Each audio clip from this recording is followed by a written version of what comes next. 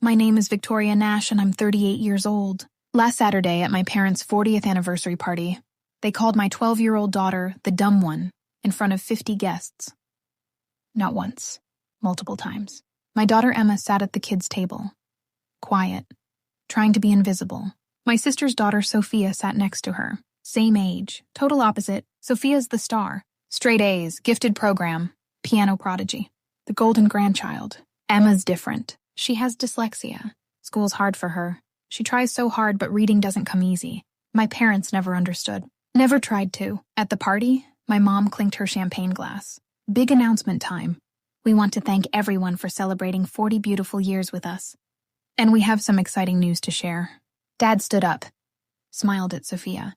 We've been thinking about our legacy, about passing down what we've built. And we've decided that our granddaughter Sophia will inherit the family home and the $250,000 trust fund we've established.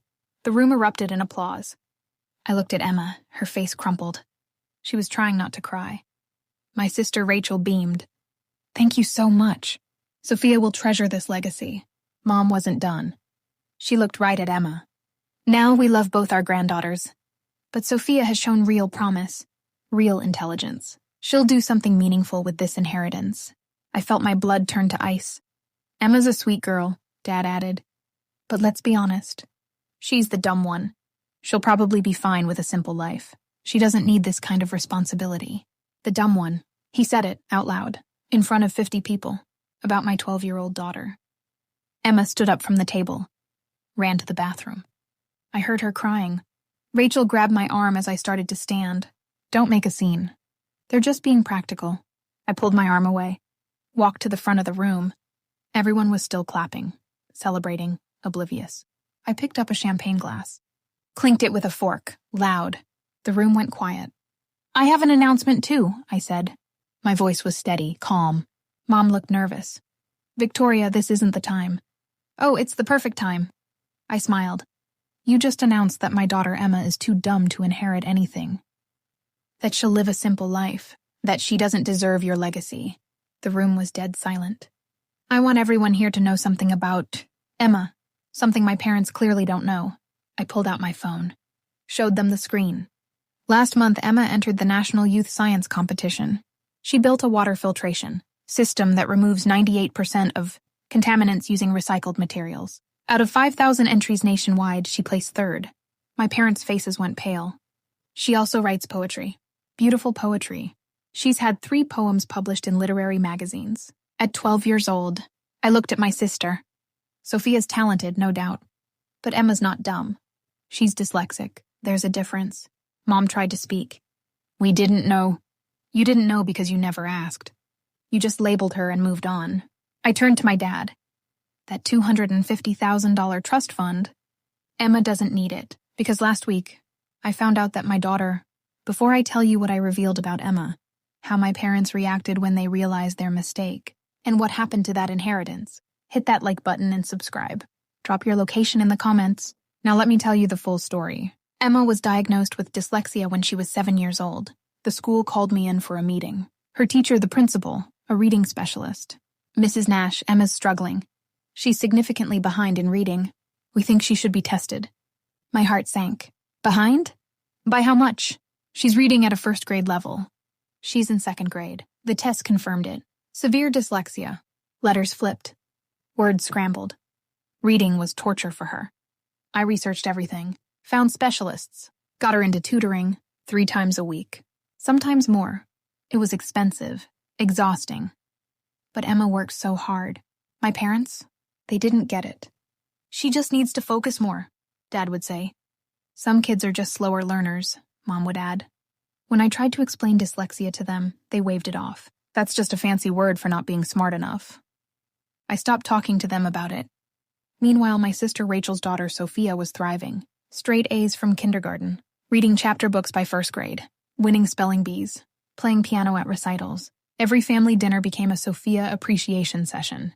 Did you hear Sophia won the math competition? Sophia's teacher says she's the smartest student she's ever had. Sophia's going to Harvard someday.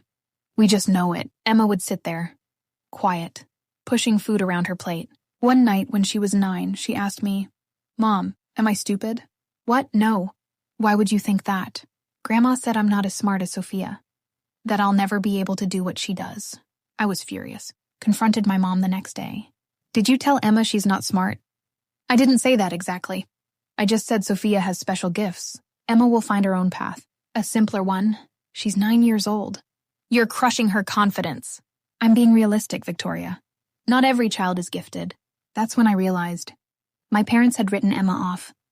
But Emma, she never gave up.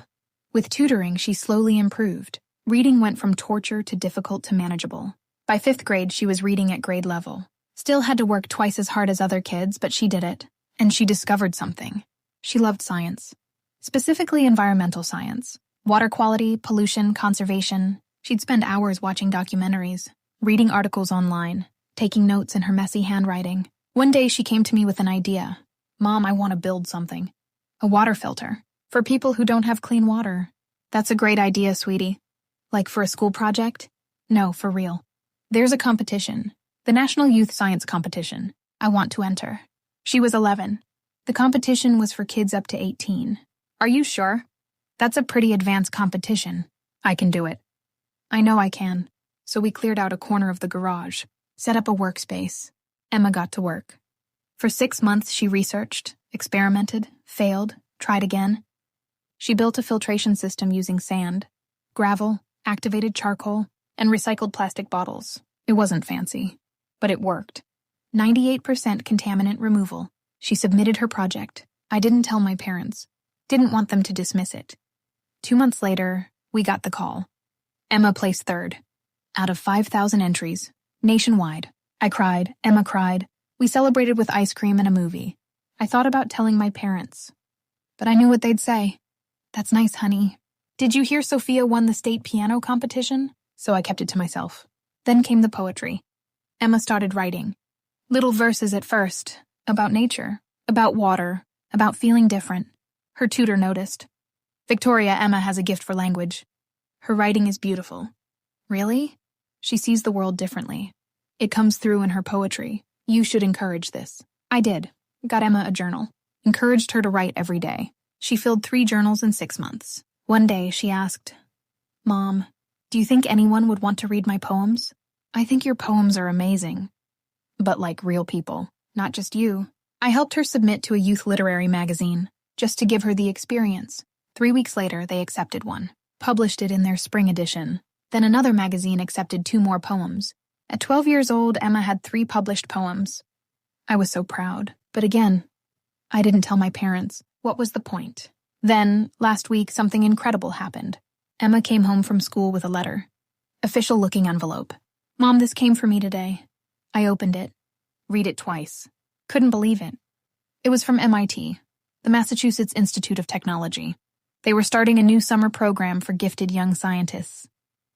Kids aged 12 to 15. Emma's science competition project had caught their attention. They were inviting her to apply. Emma, do you know what this means? Is it good? MIT is one of the best science schools in the world. They want you. She stared at the letter. But I'm the dumb one. Grandpa said so. My heart broke. You are not dumb. You never were. Then why does everyone think I am? Because they don't understand dyslexia.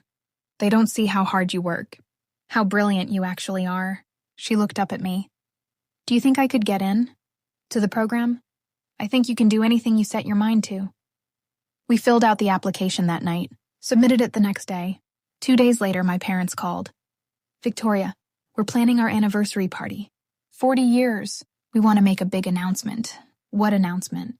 We're finalizing our estate planning. We want to announce who's inheriting what. My stomach dropped. And? Well, Sophia's been doing so well. Straight. A's, piano, leadership. We're leaving the house and the trust fund to her. What about Emma? We'll leave Emma some money, of course. Maybe 20,000. Enough to help her get started in whatever simple career she chooses. 20,000 versus 250,000. Mom, Emma's not... We've made our decision, Victoria. It's what's fair. Fair. The anniversary party was 3 days later.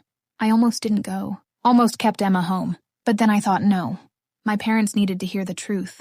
Emma wore her favorite dress. Tried to smile. But I could see the sadness in her eyes. At the kids' table, Sophia talked nonstop about her achievements. Emma stayed quiet. Then came the announcement. My parents. Smiling. Champagne glasses raised. Sophia will inherit the house and the trust fund. She's shown real promise, real intelligence. Then Dad looked at Emma. Emma's a sweet girl. But let's be honest. She's the dumb one. I watched my daughter's face crumble. That's when I stood up. I walked to the front of the room. Clinked my glass. I have an announcement, too. The room went silent. You just called my daughter dumb. In front of 50 people. Mom's face went red. Victoria, we didn't mean... Let me tell you what the dumb one did this year. I pulled out my phone. Showed them Emma's science competition award. 3rd place, nationwide, 5,000 entries. She beat kids twice her age.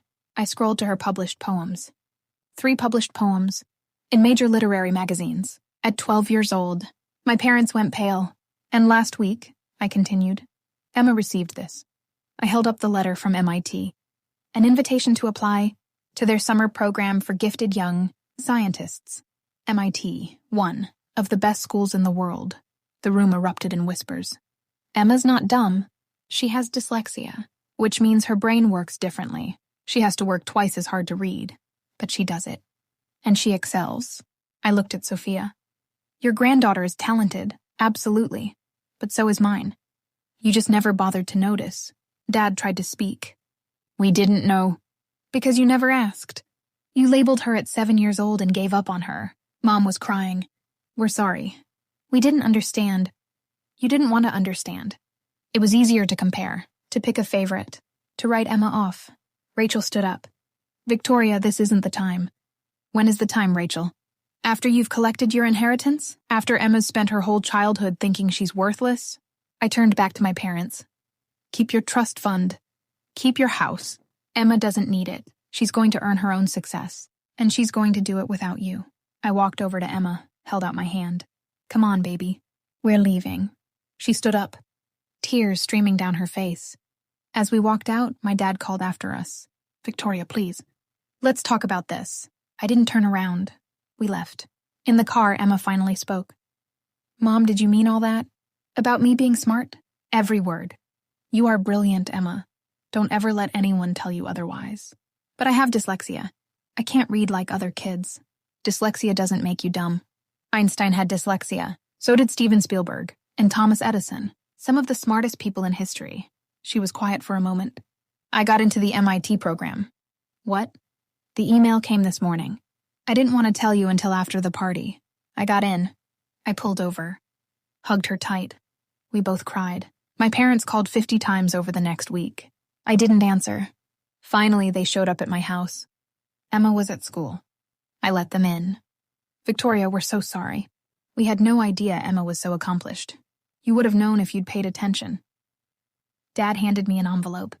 We've revised our estate plan. We're splitting everything equally between Sophia and Emma. I handed it back. Emma doesn't want it. What? She doesn't need your money.